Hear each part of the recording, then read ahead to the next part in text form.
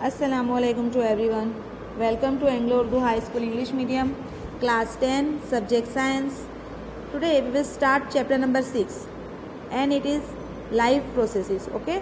In this chapter we will see life processes.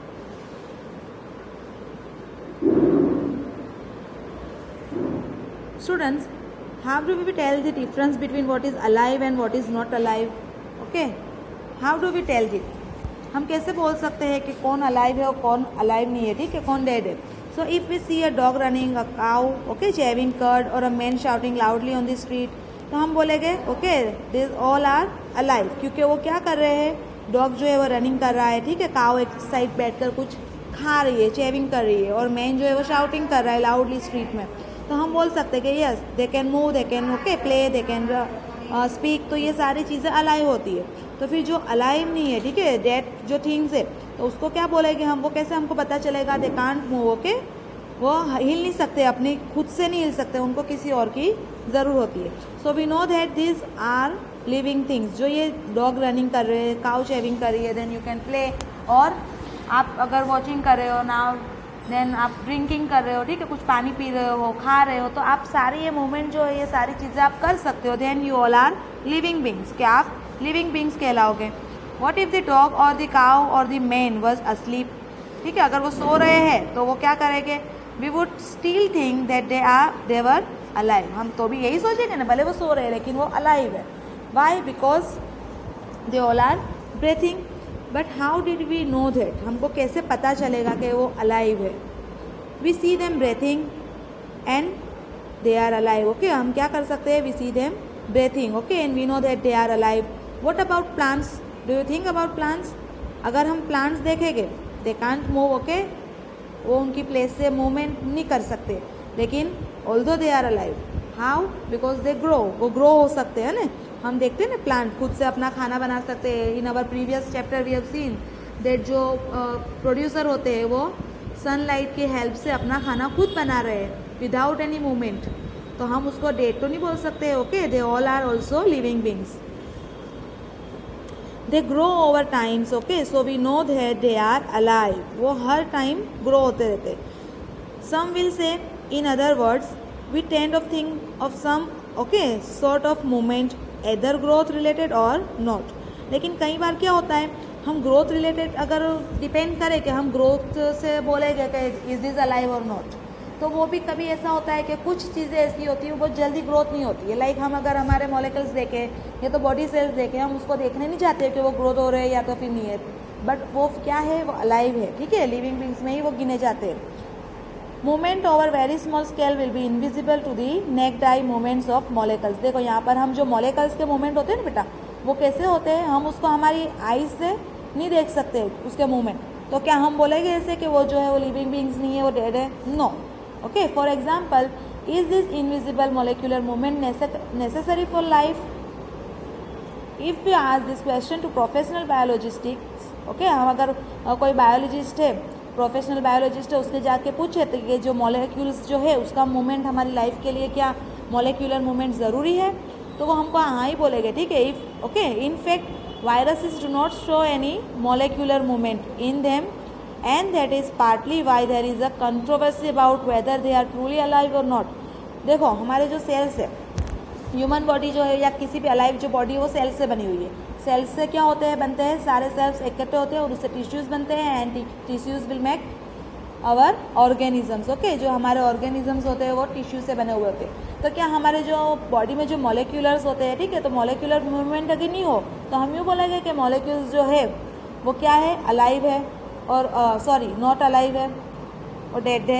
नहीं, हम ऐसा नहीं बोल सकते. और इसी तरह की कंट्रोवर्सी से भी आज तक हो रही है कि जो सेल्स है हमारे वो अलाइव है भी या नहीं है, आज तक वो हमको पता नहीं चला हुआ है. तो हम ये कंट्रोवर्सी में नहीं पड़ेगी. Okay, we will go ahead. Why are molecular movements needed for life? Why it is needed to us? Okay, क्यों हमको ये हमारी लाइफ के लिए मोलिकुलर मूवमेंट्स बहुत ज़रूरी है. We have seen in earlier classes that living organisms are well organized structures. हमने ये देखा हुआ है कि जो हमारे लिविंग ऑर्गेनिजम्स होते हैं उनका स्ट्रक्चर जो बना हुआ है, अपना जो काम है, उनकी जो जॉब है, they can okay have tissues have cells and cells have smaller components in them. क्या होता है, टिश्यूज़ जो है ऑर्गेनिजम्स के क्या होते हैं, टिश्यूज़ होते हैं, टिश्यूज़ के सेल होते हैं, मतलब सेल से टिश्यूज़ बने हुए होते हैं और टिश्यूज़ से ऑर्गेनिज्म बने हुए होते हैं, ठीक है। और सेल्स के क्या होते हैं, स्मॉलर कंपोनेंट्स होते हैं सेल्स के अंदर। Because of the effects of the environment, this organized order nature of living structures is very likely to keep breaking down over time. In order breaks down, the organisms will no longer be alive. So living structures must keep repairing and maintaining their structures. देखो यहाँ पर क्या होता है, कभी कभी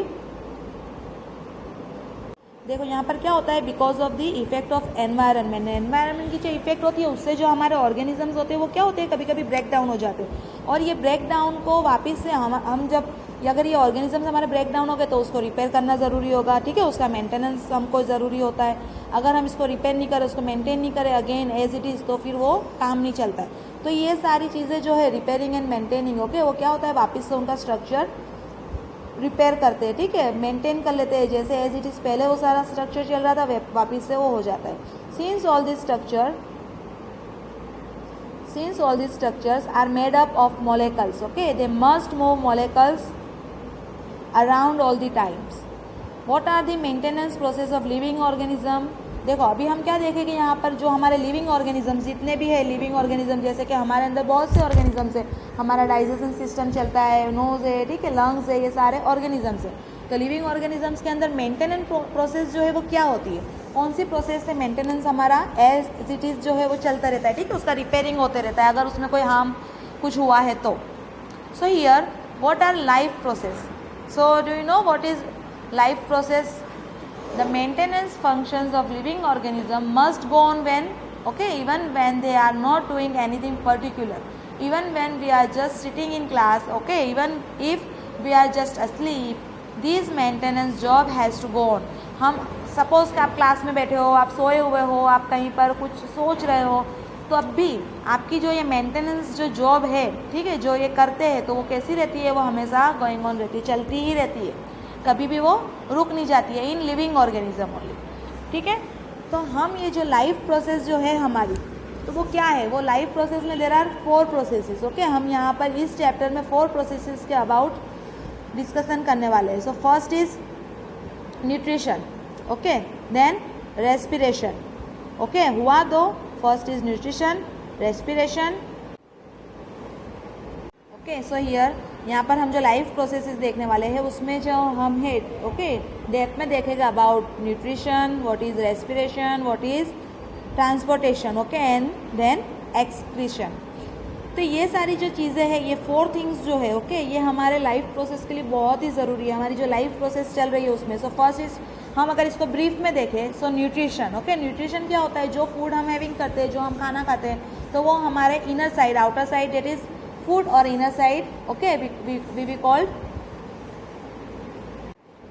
call it nutrition. Then respiration क्या होता है, जब हम जो खाना खाते हैं तो वो क्या होता है, with the help of the oxygen वो खाने को हमारे ब्रेक डाउन करते हैं और जितनी ज़रूरी चीज़ें होती है, ठीक है, जो न्यूट्रिशन जो लेना होता है वो सारी चीज़ें लेते हैं, that is respiration. And then उसको ट्रांसपोर्ट करते हैं एक ऑर्गेनिज्म से दूसरे अदर ऑर्गेनिज्म पे, उसको ट्रांसपोर्टेशन करते हैं. और लास्ट में जो वेस्ट बचा हुआ होता है, ठीक है, जो अच्छी चीज़ें जो हमारी बॉडी को चाहिए होती है वो टेक करते हैं, और जो लास्ट में वेस्ट होता है उसको, वो प्रोसेस को हम क्या बोलेंगे, excretion.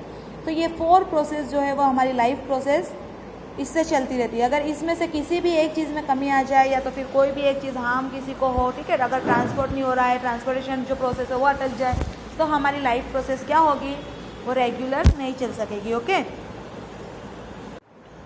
So here, since these maintenance processes are needed to prevent damage and breakdown, okay, energy is needed for them, और हमको energy चाहिए होती है. Even if we want to sit any ठीक है, any place, if we want to drink anything, if we want to teach anything, okay, हमको कुछ भी करना, if we want to dance, कुछ भी काम करना हो, we need energy. अगर energy ना हो तो हम एक बीन बैग की तरह एक तरह पड़े रहेंगे. So we need energy every time to do anything. So here this energy comes from outside, okay, of the body. हमको बॉडी के आउटसाइड से मिलती है. तो ये आउटसाइड जो है वो क्या है, तो हम जो भी फूड खाते हैं, ठीक है, जो भी इनहेल करते हैं लाइक फूड, तो वो फूड से हमको एनर्जी प्रोवाइड होती है, और वो एनर्जी जो हमारी बॉडी में जाएगी तो उससे हमको क्या बोलेंगे, we call it nutrition, okay. So we stop here, okay, till nutrition. Inshallah, I will explain about respiration, transportation and excretion in our next video. Okay? So Allah Hafiz. Keep studying.